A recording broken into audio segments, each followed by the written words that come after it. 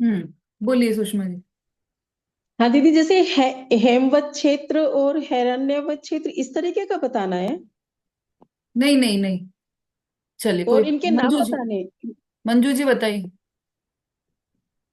दीदी 6 खंड में 5 मलेच्छ खंड और एक आर्य खंड। हम्म, ये तो बिल्कुल ठीक है। अब ये खंड हुए कैसे हैं? खंड नदियां निकली है ना जो सरोवरों से। कौन सी? गंगा सिंधु इधर निकली है। हाँ। तो और उससे उससे भी बट गए हैं, और फिर विजयात पर्वत भी है बीच में। हम्म। तो विजयात पर्वत के उधर 3 मलेच्छ खंड हो गए। और हाँ, आर्य खंड बीच में है। तो नदियों के कारण 2 मलेच्छ खंड आजू आसपास के हो गए। बहुत बढ़िया बहुत बढ़िया। और उधर एरावत क्षेत्र में क्या हुआ? एरावत में भी वही है, नदियों के नाम है उसमें। रक्ता रक्तोदा है शायद हाँ, वो। और वो दोनों नदियों के कारण भी वो मलेच्छ खंड दो नीचे हैं, और फिर विजयात पर्वत भी वहां भी है। और 3 ऊपर फिर मलेच्छ खंड। बहुत बढ़िया बहुत ही बढ़िया। इस तरह से ये 6 खंड हुए दोनों के, भरत क्षेत्र के भी और एरावत क्षेत्र के भी, दोनों के ही 6 6 खंड हुए। और दोनों में ही 5 तो म्लेच्छ खंड है और एक एक आर्य खंड है दोनों में। ठीक है। भरत क्षेत्र का विस्तार कितना है?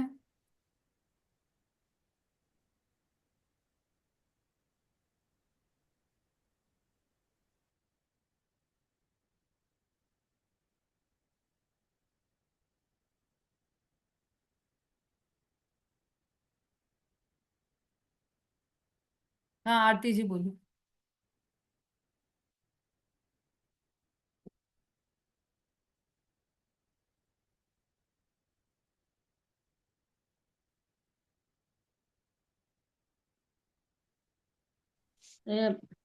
526 से ही 6/19 हम्म, ठीक है। योजन।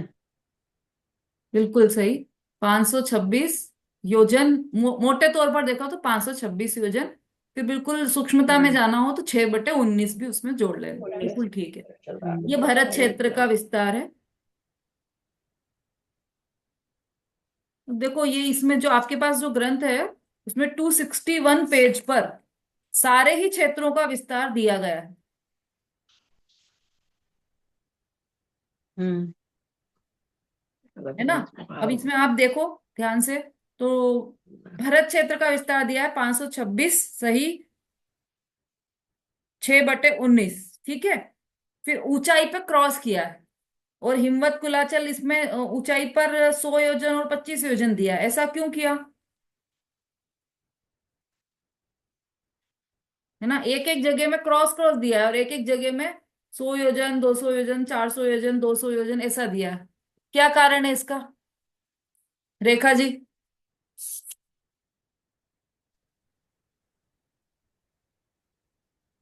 तो दीदी इसकी ऊंचाई नहीं है क्या? वही तो प्रश्न मैं पूछ रही हूँ कि आप पूछ रहे हो? नहीं, ऊंचाई नहीं है, इसीलिए क्रॉस किया है इसने। हाँ, क्यों नहीं है? अगर है नहीं है तो क्यों नहीं है? क्योंकि भारत क्षेत्र पहला पहला हुआ है, इसलिए। और तो इनकी तो दी है, एक एक की तो दी है, एक एक की नहीं दी है, ऐसा क्यों? अब दीदी ये तो आप ही बताओ। हम्म। चलो कोई दिक्कत नहीं, इसमें सामान्य बात है ये तो। एक क्षेत्र है और एक पर्वत है ना? अपन ने पढ़े ना ये सब, क्षेत्र फिर पर्वत, क्षेत्र फिर पर्वत ऐसे है। तो क्षेत्र की तो ऊंचाई होती नहीं है, पर्वतों की ऊंचाइयां होती है। इसलिए पर्वतों की ऊंचाइयां दे रखी है यहाँ पर। पर्वत कहें, कुलाचल कहें, वर्षधर कहें, है ना? ये तो भरत क्षेत्र तो वर्ष है, हिमवन कुलाचल तो ये वर्षधर है। तो इनकी ऊंचाइयां दी है, ठीक है। और सबकी ऊंचाइयां दी है, आप ध्यान से पढ़ोगे तो डबल डबल, बिल्कुल डबल डबल करके है ऊंचाइयां सबकी। ये विस्तार भी, मतलब उसकी लंबाई चौड़ाई भी डबल डबल करके है। अब ये जो 526 योजन दी है भरत क्षेत्र की, 526 सही 6/19, ये है ना ऐसी ऐसे में है उसकी विस्तार। जो हमने चित्र देखा था ना, मैप, तो उसमें ऐसा लवण समुद्र से लेकर और कहां तक, भरत क्षेत्र कहाँ तक है? लवण समुद्र से लेकर भरत क्षेत्र कहाँ तक है? भरत क्षेत्र के आगे क्या है? हिमवन पर्वत है ना। भरत क्षेत्र के आगे हिमवन पर्वत है, वहां तक की ये दिया है विस्तार, 526 योजन और 6/19। ये वहां तक का विस्तार दिया है, क्योंकि ऐसे में जाओगे तो वो तो बहुत लंबा है। ये ऐसे में दिया है, जो हमारा मैप है ना, उसमें ऐसे ऐसे में दिया है ये विस्तार। ऐसे में तो और ज्यादा लंबा चौड़ा है वो। ठीक है, ये सब ये समझ लेना आप सब, इसमें से ये सब डबल डबल करते हुए है सारे ही। अब इसके बाद हम आ गए थे काल चक्र के परिवर्तन पर। अच्छा, कोई प्रश्न है क्या आप लोगों का? भाई जिनके प्रश्न नहीं हो वो हैंड्स डाउन कर लीजिए। दीदी ये जो लिखा है ना 100 योजन, उसके बाद 25 योजन, ये क्या है? ऊंचाई तो 100 योजन हो गई, ये चौड़ाई है कि क्या है ये? पच्चीस गहराई, योजन गहराई, ऊंडाई लिखा है ना, ऊंडाई मतलब गहराई। अच्छा ऊंचाई, अच्छा अच्छा, 25 ठीक है योजन दीदी। की गहराई है उसमें। हम्म। चलिए आरती जी, विमलेश जी, कोई प्रश्न है क्या आपका? बोलिए।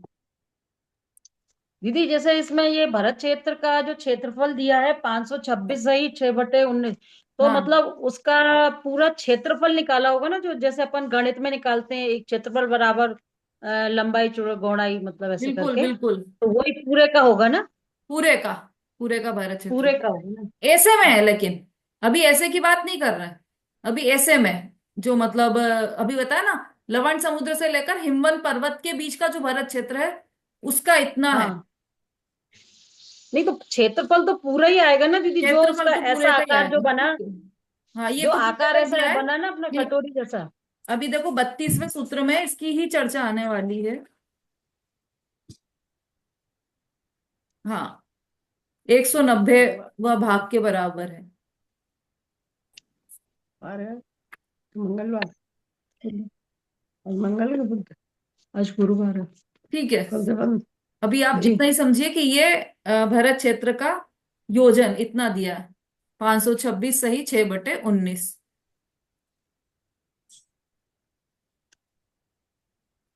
हाँ, चलिए अब आगे बढ़ रहे हैं हम। हाँ रेखा जी, बोलिए जल्दी।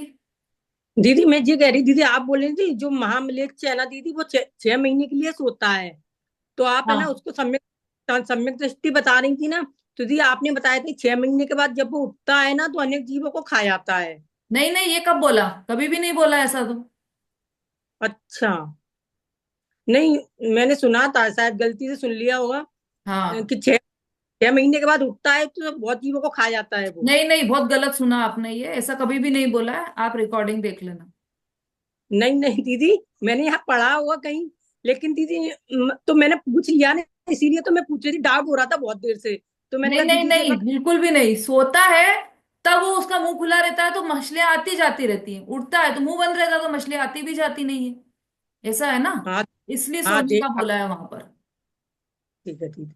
चलिए, 27वें सूत्र में हम आ गए थे। हमने यहाँ पर देखा था कि 20 कोड़ा कोड़ी सागर का एक कल्प काल होता है, और उस एक कल्प काल में एक उत्सर्पणी काल और एक अवसर्पणी काल होता है। उत्सर्पणी काल मतलब बढ़ता हुआ, जिसमें जीवों के ज्ञानादि की वृद्धि होती है, आयु बल की वृद्धि होती है, शरीर की वृद्धि होती है, ऐसा उत्सर्पणी काल है। और अवसर्पणी काल, जिसमें जीवों के ज्ञानादिक का भी ह्रास होता है, उनके आयु का भी ह्रास होता है, उनके बल का भी ह्रास होता है, और उनके शरीर की ऊंचाई का भी ह्रास होता है। ये किसमें होता है? अवसर्पणी। ये उत्सर्पणी और अवसर्पणी, ये जो शब्द है ना, एक कहीं पर ऐसा भी आया है कि वो सर्पणी शब्द से बने। सर्प, सर्प होता है ना जैसे सर्प, तो सर्प ऐसा है जैसे, तो उत्सर्पणी, तो ये नीचे से चला उत्सर्पणी, तो ये बढ़ता हुआ है। और अवसर्पणी में नहीं, उत्सर्पणी में घटता हुआ है और अवसर्पणी में बढ़ता हुआ है। नहीं दीदी, नहीं दीदी, आपने जो बताया था कि है ना उत्सर्पणी में बढ़ता हुआ है हम्म। और अपसर्पणी में घटता हुआ है, जैसे क्रम बल हाँ आयु हाँ, तो उत्सर्पणी में हाँ घटता हुआ है और अवसर्पणी में बढ़ता हुआ आ जाएगा। ऐसा। जैसे सर्प है ना, तो उसका मुंह मुंह की जगह से वो चौड़ा है और फिर पतला है। तो यदि उसको वहां से चलेंगे हम, तो उत्सर्पणी में जीवों के ज्ञानादि की वृद्धि होती है, तो नीचे से चला तो बढ़ता जा रहा है, बढ़ता जा रहा है, बढ़ते जा रहा है। ये उत्सर्पणी। और अवसर्पणी मतलब घटता हुआ क्रम में, ऐसा, इसलिए हाँ सर्पणी को दिया है। अब अवसर्पणी के भी छह भेद हैं, छह काल अवसर्पणी में है और छह ही काल उत्सर्पणी में भी है। तो अवसर्पणी के काल कौन कौन से हैं? तो सुषमा सुषमा, फिर सुषमा, फिर सुषम दुष्मा, दुषम सुषमा, दुष्मा और दुषम दुष्मा। ये अवसर्पणी के काल हैं, घटते हुए क्रम में है ना। सबसे पहले सुषमा हम्म, सुषमा से शुरू हुआ अवसर्पणी में। फिर सुषमा, इसको आप अर्थ समझने के लिए सुखमा भी बोल सकते हैं, कहीं कहीं पर सुखमा भी आया है।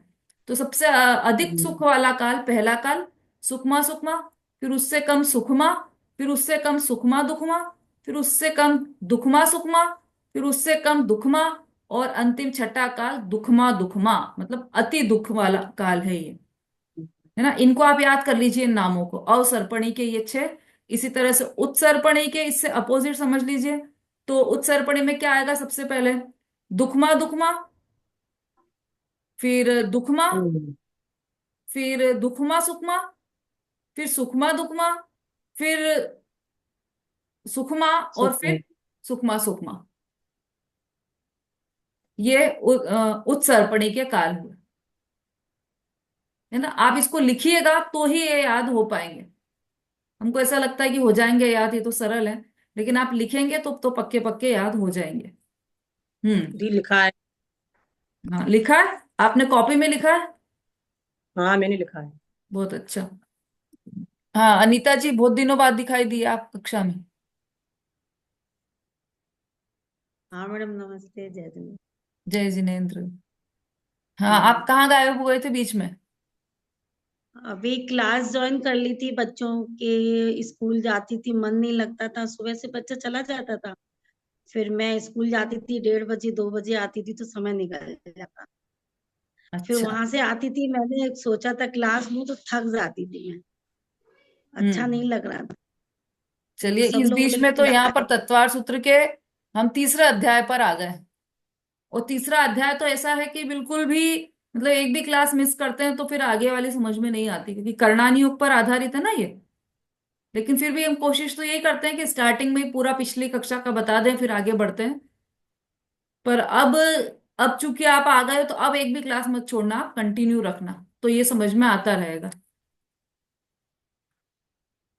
चलिए, तो अब इसको याद कर लीजिए आप, है ना। छह कालों के नाम किसी को याद हो गए हो तो वो बोलिए, हैंड रेस कीजिए। छह काल अवसर्पणी के।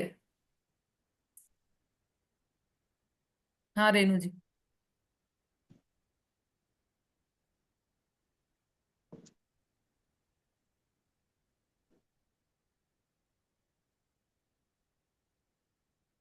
हम्म।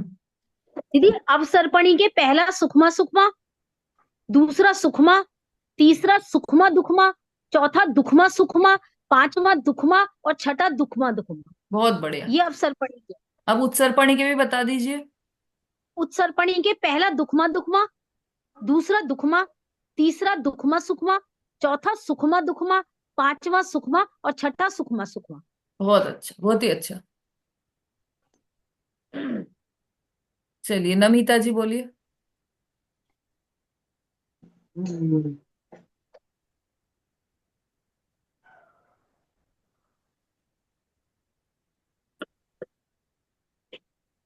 जय जैन दीदी। हम्म।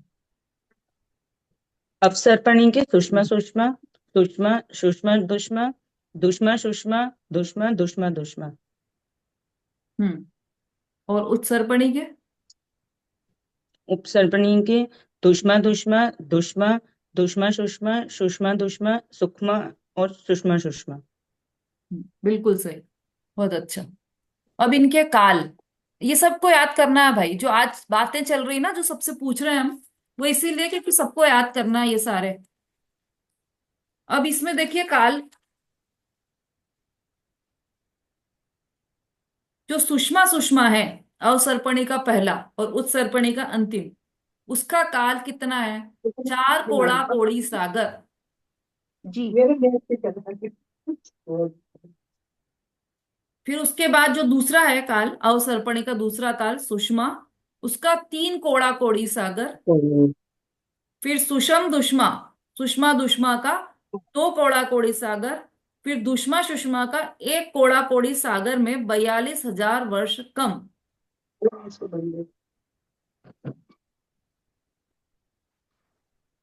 फिर दुष्मा में 21,000 वर्ष, और दुष्मा दुष्मा में भी 21,000 वर्ष। ये हमेशा रहेगा। अब इसमें जो चौथा काल है ना, दुष्मा सुषमा, जिसका काल है 1 कोड़ा कोड़ी सागर में 42,000 वर्ष कम, ये वही काल है जिसमें कि तीर्थंकर का जन्म होता है, जिसमें 24 तीर्थंकर बनते हैं, जिसमें से मोक्ष जाया जा सकता है। तो दुष्मा सुषमा काल ऐसा ही होता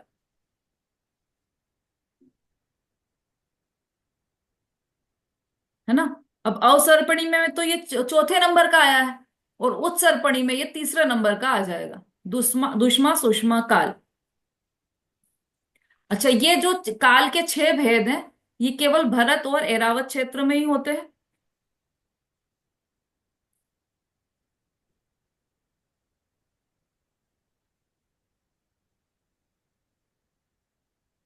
हाँ, देखिए इसमें तीसरे नंबर का पॉइंट देखिए, भरत एरावत क्षेत्र के म्लेच्छ खंडों तथा विजयार्ध पर्वत की श्रेणियों में अवसर्पणी काल के चतुर्थ काल के प्रारंभ से अवसर्पणी काल के अंत तक परिवर्तन हुआ करता है। मतलब चौथा पांचवा छठा इतना परिवर्तन हुआ। और उत्सर्पणी काल के तीसरे काल के आदि से उत्सर्पणी के अंत तक परिवर्तन हुआ करता है।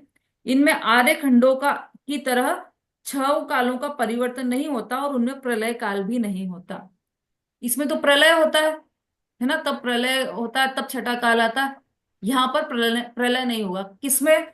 जो भरत और ऐरावत क्षेत्र के जो म्लेच्छ खंड है, ये आर्य खंड में तो 6 काल ऐसे कैसे ही परिवर्तित होगा, भरत में भी और ऐरावत में भी, लेकिन जो म्लेच्छ खंड है उसमें, और जो विजयार्ध पर्वत की श्रेणियों की कल हमने बात की थी, वहां पर भी चौथा काल हुआ प्रारंभ, वहां पे चौथा काल से प्रारंभ होता है, और अंत तक अवसर्पणी काल के अंत तक परिवर्तन करता हुआ, मतलब चौथा पांचवा छठा।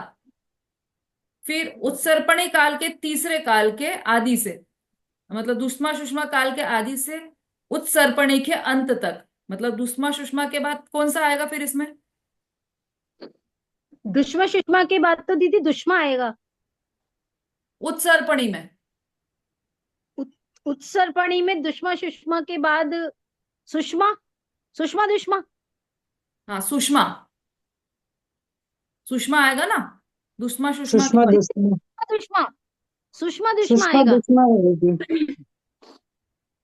दुष्मा दुष्मा तो छठा काल जी है ना, तो वो तो जी। बाद में आएगा। तो उसके पहले कौन सा आएगा? देखो क्या लिखा है इसमें, चतुर्थ काल के प्रारंभ से दुष्मा सुषमा के, ये अवसर्पणी का ऊपर दिया ना चतुर्थ काल, उसके बाद दुष्मा हो गया, और उसके बाद दुष्मा दुष्मा हो गया। और जी इसमें उत्सर्पणी में क्या होगा? उत्सर्पणी में भी दुष्मा यही होगा, दुष्मा। दुष्मा सुषमा, फिर सुषमा, और फिर सुषमा सुषमा, है ना। दीदी दीदी वो तो एक छूट तीसरे रहा काल का आ गया ना। है, एक दीदी छूट रहा है ना बीच में। दीदी वो तो तीसरे काल का आ गया ना, आपने 3 बताए ना। उत्सर्पणी काल का तीसरा काल के आदि से, हाँ, तो तीसरा काल दुष्मा सुषमा है। आपने लिखे हैं क्या लाइन से 6 कालों दीदी के तीसरा नाम? काल दुष्मा दुष्मा, अरे सुषमा उत्सर्पणी का, दुष्मा आएगा। उत्सर्पणी का ही बता रही हूँ, तीसरा काल सुषमा दुष्मा आएगा। नहीं, फिर दुष्मा फिर सुषमा सुषमा, आएगा। फिर तीसरा काल दुष्मा सुषमा आएगा उत्सर्पणी में। 2 मिनट। तीसरा काल दीदी दुश्मन सुषमा ही है। हाँ, उत्सर्पणी में तीसरा आप लिखो, इसीलिए मैं कह रही हूँ कि उसको लिखो प्रॉपर। आप दोनों के 6 6 काल बराबर लिखो। तो वहां पर कहाँ कहाँ पर, म्लेच्छ खंड में और विजयार्ड पर्वत की श्रेणियों में ये ऐसे ही काल रहते हैं, वहां पूरे 6 6 काल का परिवर्तन नहीं होता। हम्म। हाँ, कोई कुछ बोलना चाह रहा है क्या? कुंद प्रभा जी। दीदी ये जो भरत और ऐरावत क्षेत्र में मतलब आर्य खंड में ही परिवर्तन होता है ना, हाँ, और मलक्ष खंड में नहीं होता। होता है, पर इतना ही होता है जितना इसमें बताया है। आर्यखंड में पूरे 6 काल जितना परिवर्तन होगा, और बाकी हाँ। के में चतुर्थ से लेकर चौथा पांचवा छठा ऐसा होगा। चतुर्थ काल अच्छा अच्छा चलेगा अच्छा। वहां पर, दुष्मा सुषमा काल रहेगा। फिर उसके बाद पांचवा आएगा, उसके बाद छठा आएगा। और फिर और फिर उत्सर्पणी का तीसरा आ जाएगा। इसको और समझना पड़ेगा अपने को। हम्म।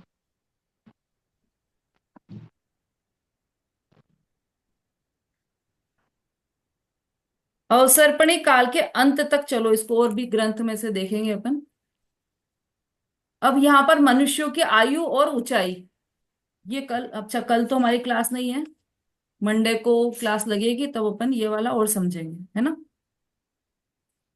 तब तक आप लोग ये सारे सरोवरों के नाम, क्षेत्र के नाम, पर्वत के नाम, अ, और किसके, वो जो देवियों के श्वेतवादी। नाम, है ना, और ये सब कालों के नाम, ये सब याद करके अच्छी तरह से आप आना। फिर मंडे को आपकी कक्षा लगेगी तब अपन और विचार करेंगे।